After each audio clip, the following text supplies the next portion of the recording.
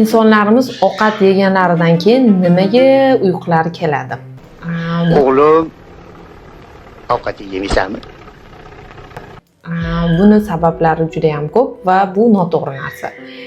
Buni asosiy sababi bizda oshqozon juda ham yaxshi qon tomiri bilan ta'minlangan.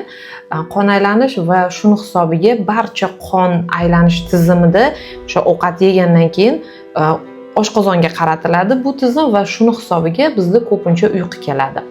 Va bu uxlashni yomon tarafiga, ya'ni aynan endokrinologik tarafdan semizlikka olib keladigan sababi u yerda juda ham katta kaloriya chiqadi. Ya'ni o'zi shundoq ham biz uglevod mahsulotlarini ko'p yeymiz va bu mahsulotlar uchun bizda ortiqcha insulin chiqish kerak oshqozon osti bezidan. Va u yerda kaloriya hosil bo'ladi. Va bu kaloriyani biz ishlatmayapmiz. Chunki biz уже dam olishga yoki uxlashga o'tdik. Bu kaloriya qayerga borishni bilmaydi va bizda yana u zapas bo'lishni boshlaydi. Va yog' yig'ilish oson bo'lgan sohalarda yana organizmda yog' yig'ishni boshlaydi va borib bu semizlik, qandli diabet, yurak ishemik kasalliklarini xavfini oshiradi.